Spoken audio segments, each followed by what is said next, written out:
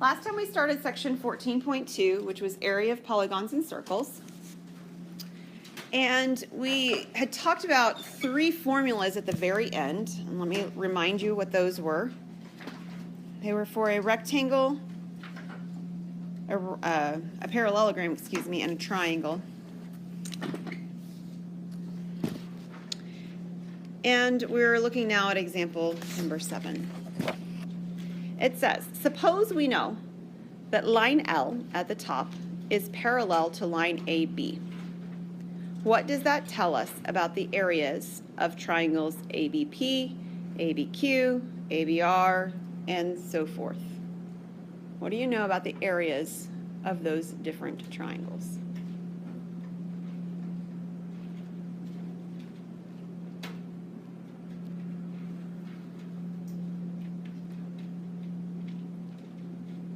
Any thoughts?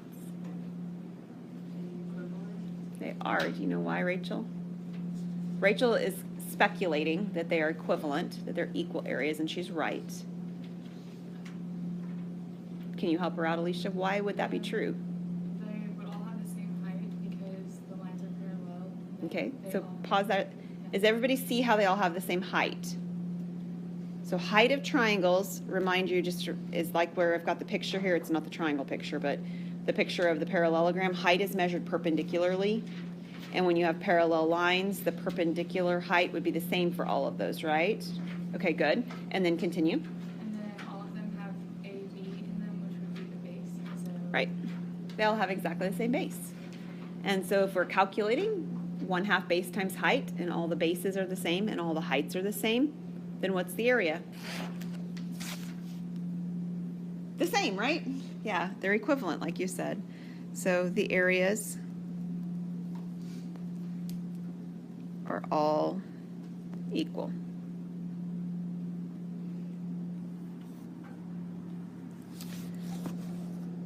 All right, we're going to do a few more area formulas for a little less common figures than the ones we looked at last time. Kites and trapezoids are first. So we've all seen kites and trapezoids because we've talked about them already before in class. A kite has two diameters, D1 and D2, and the area for a kite can actually be found by multiplying the two diameters and dividing by 2, or taking 1/2 D1, D2. Maybe just a little bit more common to you is the area of a trapezoid formula. There's a couple versions of it. This is one. I'll show you where it comes from. Maybe I should talk about where the first one came for the kite. The kite's coming from the fact that you're dealing with triangles, right? Area formulas for triangles, the bases and heights are actually the diagonal lengths. That's where that's coming from. On the area of the trapezoid, 1/2 height, and then times the sum of the bases, B1 plus B2. What you actually have here is, remember our formula on the previous screen that said area equals base times height? The height is mentioned in both of these, right? It's just the vertical perpendicular distance between the parallel sides. But what you're actually getting when you have the B1 and B2 is two different lengths here, right? And what happens when you take two numbers, you add them together and divide by 2? What do you get in general?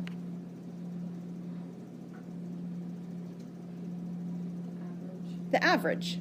You guys do it all the time with your grades, right? If you wanted to go and find your test average or confirm that Jupiter was doing it right, most of you at this point still just have exam 1 and exam 2 in there as the actual numbers. You'd add them two together, divide by 2, and it would tell you the exam average that Jupiter gives you. That's what's happening for this one as well. It's an average of the two bases.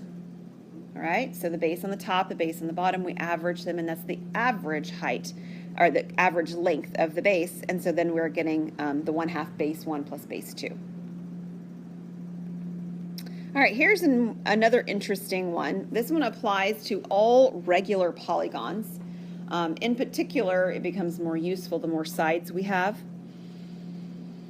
So the area of a regular polygon with n sides, what we do is we divide our shape into incongruent triangles. So the picture you're seeing here, of course, is a hexagon. 6 sides, 6 triangles. The height of each of these congruent triangles is called the apothem. So if you're looking at this and thinking, well, the apothem kind of looks like a radius, you got the right idea. It kind of does. It also kind of looks like half of a height, right? If I measured between the parallel lines for the height of this thing, it would be double what I've got for the apothem, where the A is mentioned there. The area of each of the triangles is actually 1/2 the length of the apothem times the side length. And again, that should make sense because it's the area of a triangle, 1/2 base, which is S, times the height, which is A. And if I added all of these together, like on this picture in particular, I'd be adding 6 triangles, right? So I'd be multiplying them by the number of sides. Well, that's what's going on in this formula. This number n, because I'm going to have n triangles, is multiplied by the area of one triangle. But if you were to take n times s, you would actually have the perimeter of your object. There are 6 sides. S is the length of one side, so 6s on this picture would be the perimeter of this object. Okay? So some relationships there. And we're going to do some examples, of course. All right, we're going to take different figures from last time where I did the formulas and this time where I've got the formulas, and we're going to find the area. So what shape is this first? And it's the ABC shape, not the blue part that's sort of dotted in on your paper or in blue on my screen. What shape do I have? It's a triangle, right. So what's the area formula for a triangle? 1/2 base times height. So what is the base of this triangle the way it's drawn? 5. What's the height? 3. So written as a decimal or a fraction, whichever one you write, whichever one you would like to write, what is the area for this? 7.5. So 7.5, 7 1/2, or 15/2. Any of those are fine. In terms of context, it probably makes sense to go with decimals more often than not. 7.5 what? Square meters. Areas in square units. Meters are given on the problem, so we'll have square meters. Excellent. So it's just a triangle, but the next shape becomes a little bit more difficult. What is this shape? It's a polygon, true. Can you be more specific? What is it? It's a trapezoid. So this is a trapezoid. I'm going to jot that down just to remind you to start with. What is the area formula for a trapezoid?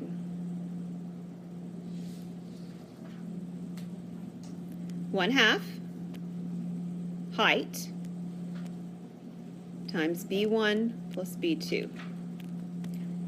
Now, on this diagram, they give you all of the side lengths. So, like, finding the perimeter of this would be super nice, right? Because they're all written in there. You just add them all together. In this diagram, though, which of those 4 numbers is the height? 7. Height is the perpendicular distance between parallel sides. On this picture, the top and the bottom are parallel. The perpendicular distance is 7. What are your bases in this picture? 10 and 14, or 14 and 10, you bet. So do I really need the 9? No, not for this particular question. I don't need it. Alrighty, so if I have 1/2, 7 times 24, it's going to get me a value that you get when you multiply this out.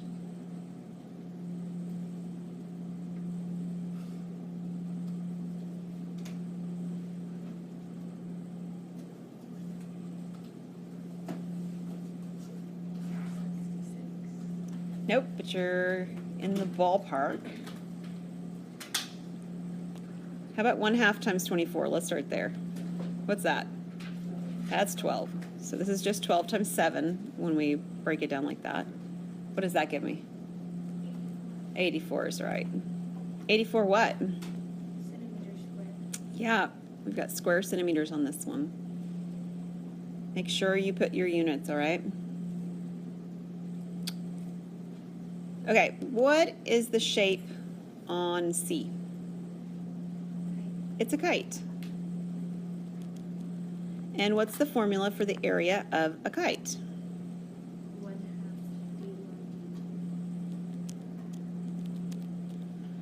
D1. And what are D1 and D2? The diagonals. Yeah, diagonals. Yeah, we use D interchangeably. So diagonals on this diagram.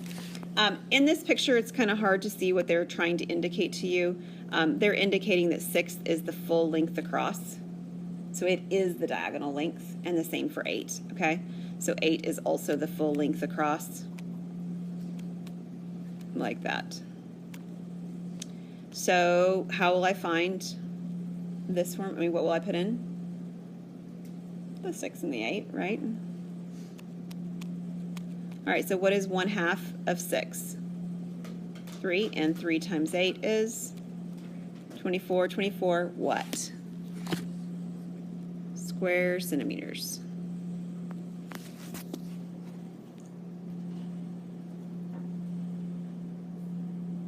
All right, now if you go back to the front, you'll find that the section we're working in is actually titled Area of Polygons and Circles.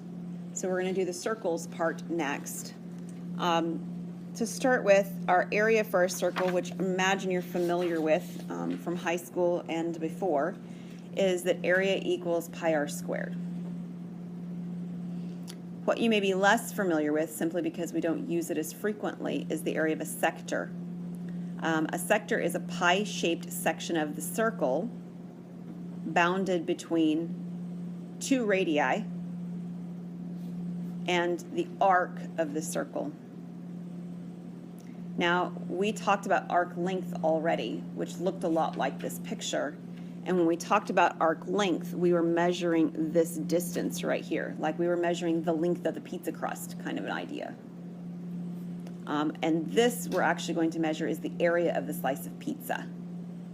That's the visual you're looking at.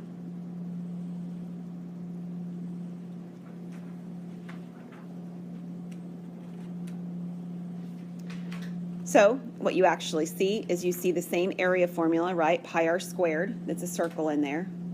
And you see this piece right here is actually a ratio of the angle measure to the whole angle measure of a circle. So that's where it's coming from. All right, can I tell you one funny little story about areas and how I used them with pizza? Like this is a real life one. Okay, so off and on throughout my life, I've been a part of Weight Watchers. And Weight Watchers has come a long way in assigning values to what they would say their point values are for their food. But for a long while there, you would look up and they would talk about a pizza being a certain diameter of a pizza. So for a 6-inch diameter pizza, for an 8-inch diameter pizza, for whatever it was, they would give you, splitting it into a certain number of pie pieces and all of this and trying to find the numerical point value associated with it. Well, at some point there was, and I had a piece of pizza that did not have one of their diameters marked on there.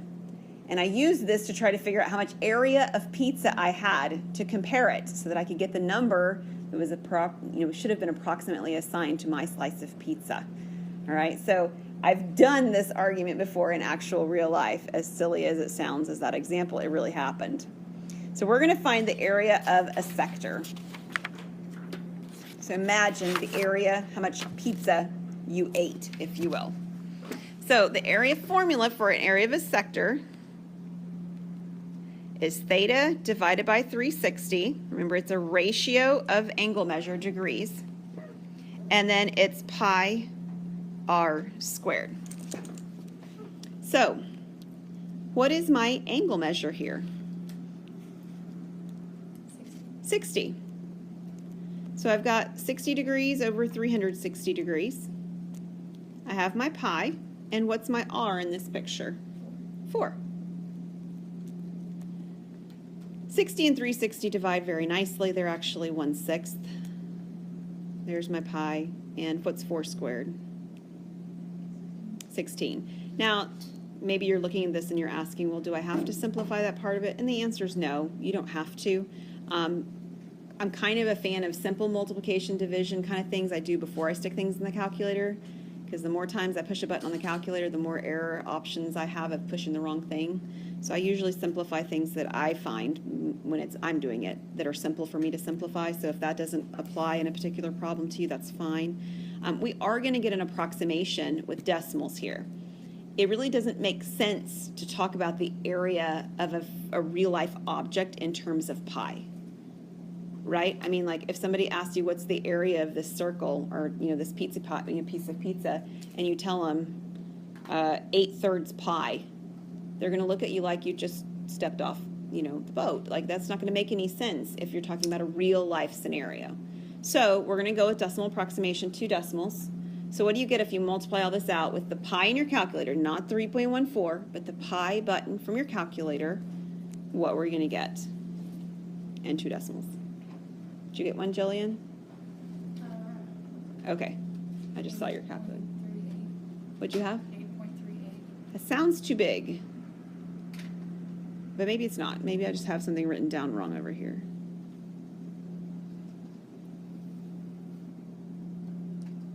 Which is always possible. Did we get 8.38? Okay, I do have something written down wrong. Thank you. 8.38 what? Square centimeters. Excellent. And we have one more example for today. Y'all ready for it? Okay. This is not a circle and this is not a polygon. However, if I break it apart, it could be, right? How in the world can I use the formulas that I have to break this image apart to combine areas of things I do know? What could I do?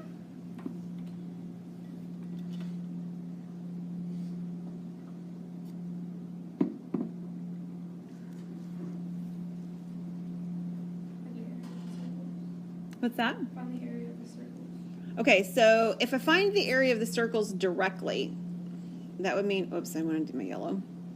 I would find this area and this area, but I don't have a way to find the area that's sort of trapped in between.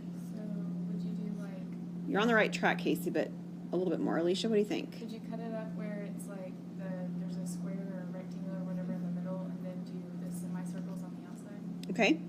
Would this be an okay place for me to cut it apart? With semicircles on the edges?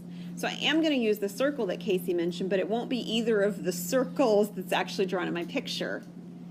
This piece and this piece combined are what? It's actually a circle. And then what shape's in the middle? A rectangle. So I can break this apart into 2 shapes, a rectangle and a circle. So I need 2 area formulas. So we're going to do the area of a circle first. So what's the area of a circle? Pi r squared. And then, that's really large. What's the area of a rectangle?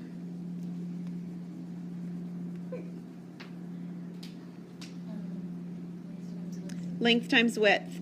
So my area for my shape will be adding those things together. Pi r squared plus length times width. And now we have to interpret from our diagram what values we have for r, l, and w.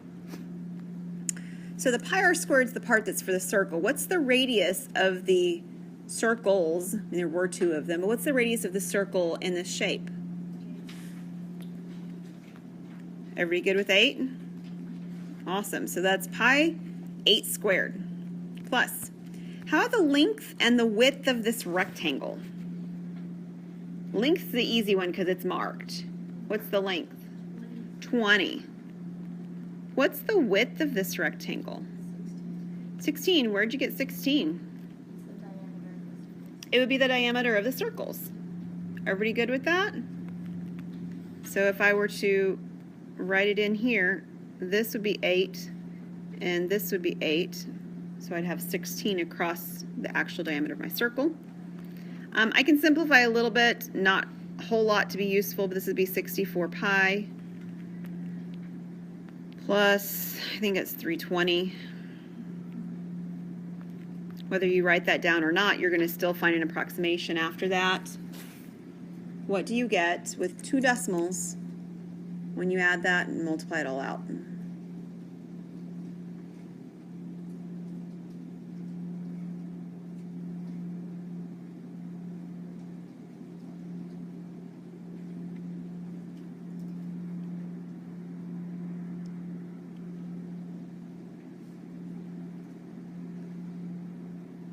What do you have, Casey?